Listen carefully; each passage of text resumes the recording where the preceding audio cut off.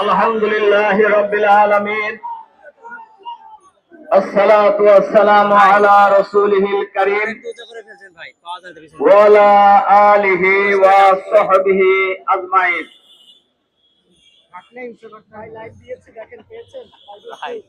মিটফোর্ডের সামনে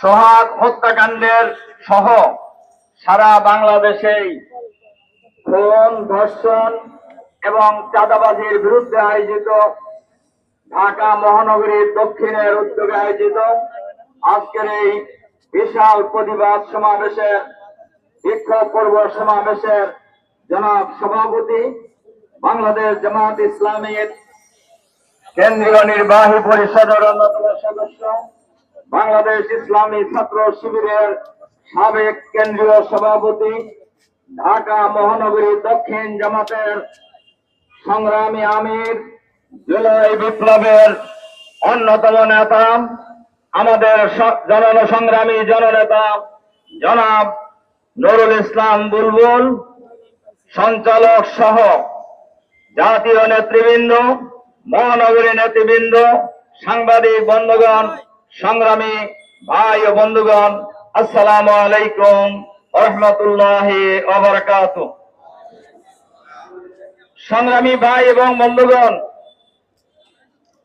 আওয়ামী ফ্যাসিবাদের বিরুদ্ধে বাংলাদেশের সকল শ্রেণী পেশার মানুষ ঐক্যবদ্ধ হয়ে হাজার হাজার মানুষ জীবন দেওয়ার মধ্য দিয়ে, লক্ষ লক্ষ মানুষ রক্ত দেওয়ার মধ্য দিয়ে, লক্ষ কোটি মানুষ জেল খাটার মধ্য দিয়ে, আমরা ঐক্যবদ্ধ প্রতিরোধের মধ্য দিয়ে শেখ হাসিনার ফ্যাসিবাদী শাসনের আমরা অবসান ঘটিয়েছিলাম। গত 5ই আগস্ট ফ্যাসিবাদের নায়িকা, ভারতের সেবাদাস, ভারতের তাবেদার শেখ হাসিনা পদত্যাগ করে বাংলাদেশ থেকে পালিয়ে যেতে বাধ্য হয়েছেন। শেখ হাসিনা পালানোর পরে বাংলাদেশের মানুষ নিশ্চিন্ত হয়েছিল, আর সন্ত্রাসীদের হাতে আর কাউকে জীবন দিতে হবে না।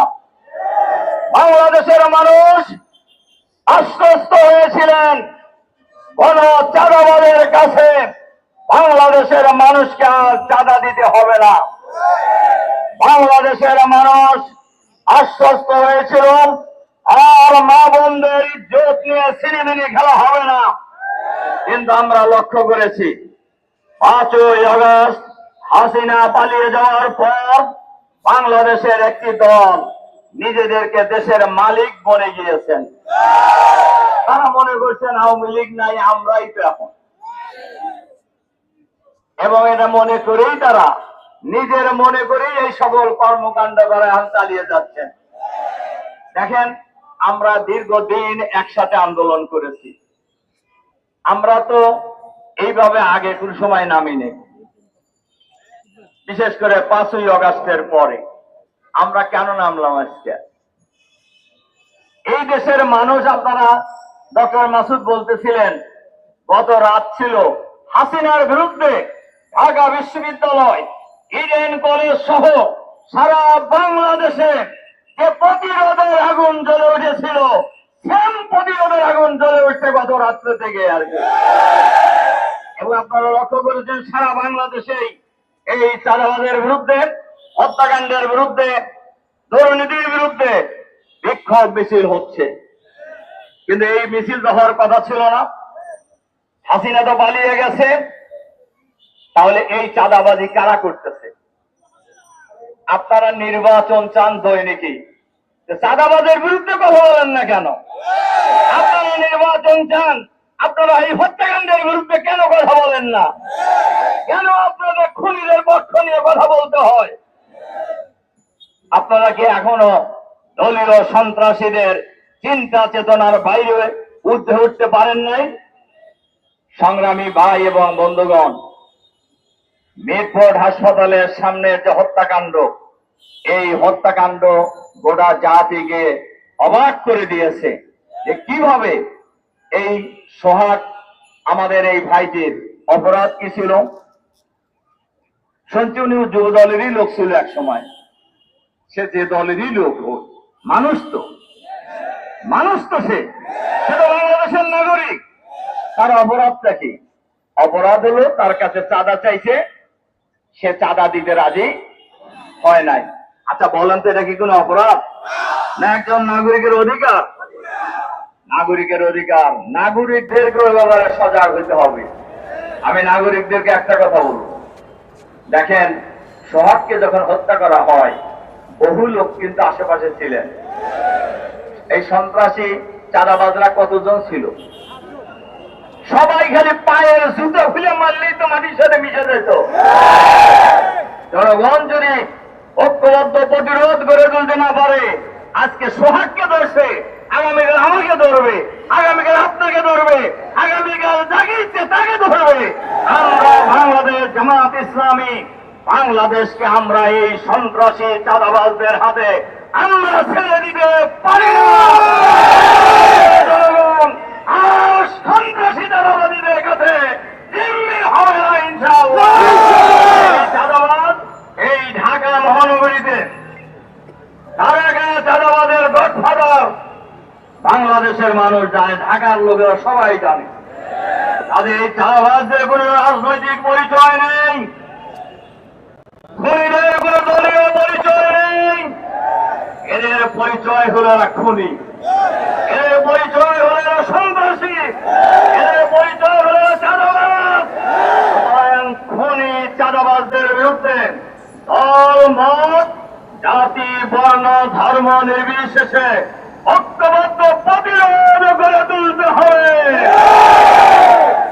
এর সাথে সাথে আমরা সরকারের কাছে আহ্বান জানাতে চাই, অন্তর্বর্তীকালীন সরকারের প্রধান নোবেল বিজয়ী ডক্টর মোহাম্মদ ইউনূস সাহেব এবং তার সরকারে যারা আছেন, আমরা তাদের কাছে আহ্বান জানাতে চাই, আপনারা কিন্তু ক্ষমতায় বসেন নাই। বাংলাদেশের 18 কোটি মানুষ আপনাদেরকে ক্ষমতায় বসিয়েছেন করার জন্য, আগামী আয়েসে চেহারা বড় করার জন্য। এই দেশের মানুষ আপনাদেরকে ক্ষমতায় বসায় নাই। আপনারা চাঁদাবাজদের গ্রেপ্তার করতে পারেন না কেন? ভয় পান, ভয় পান। আপনাদের থানা থেকে আসামি, সাজাপ্রাপ্ত আসামিকে ছিনিয়ে নিয়ে যাওয়া হয়, আপনারা ঠেকাইতে পারেন না কেন? আপনাদের কাজটা কি?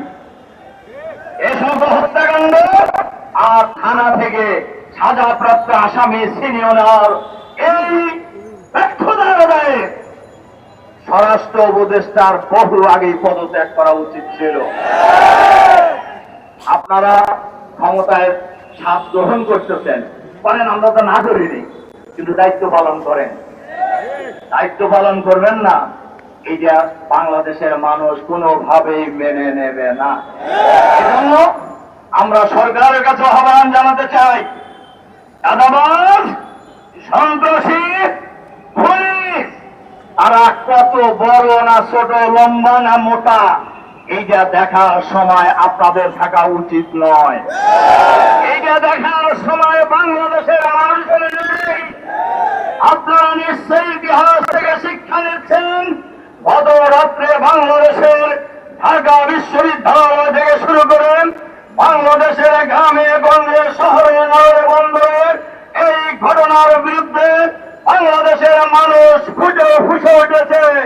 এই ফুসে ওরা আগুন জ্বলে জ্বলে ওঠে, কোন সন্ত্রাসীর হাই পাবেন না। আমরা সরকারকেও বলবো, খুনি যেই হোক তাকে আপনি গ্রেফতার করেন। এই কোন দলের লোক, কত শক্তিশালী গ্রুপের লোক, এইটা বিবেচনা করার যদি চিন্তা করেন তাহলে ক্ষমতা ছেড়ে দেন, ক্ষমতা ছেড়ে দেন। আপনারা জান মাল ইজ্জত আবরু রক্ষার দায়িত্ব নিয়েছেন, শপথ গ্রহণ করেছেন, জনগণ আপনাদের পাশে থাকবে। কিন্তু যদি কোন বিশেষ গোষ্ঠীকে সমর্থন দিয়ে ক্ষমতায় আনার ষড়যন্ত্রে এই সরকারের দ্বারাই জড়িত হবে। ফেসিবাদের যে পরিণতি হয়েছে আপনাদেরও একই পরিণতি হবে। আমরা এটাও লক্ষ্য করেছি, বাংলাদেশের বহু জায়গায় থানা এবং অফিস এখন বাংলাদেশের একটি দলের দলীয় কার্যালয়ে পরিণত হয়েছে। এই জন্য তো মানুষ জীবন দেয় নাই, এই জন্য তো মানুষ রক্ত দেয় নাই, এই জন্য তো মানুষ আহত হয় নাই, এই জন্য তো মানুষ ফেসিবাদের বিরুদ্ধে লড়াই করে নাই।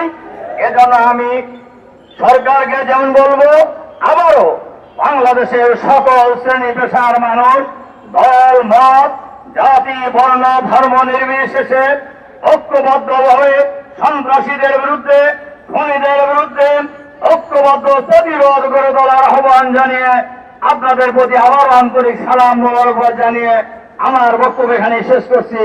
আল্লাহ হাফেজ।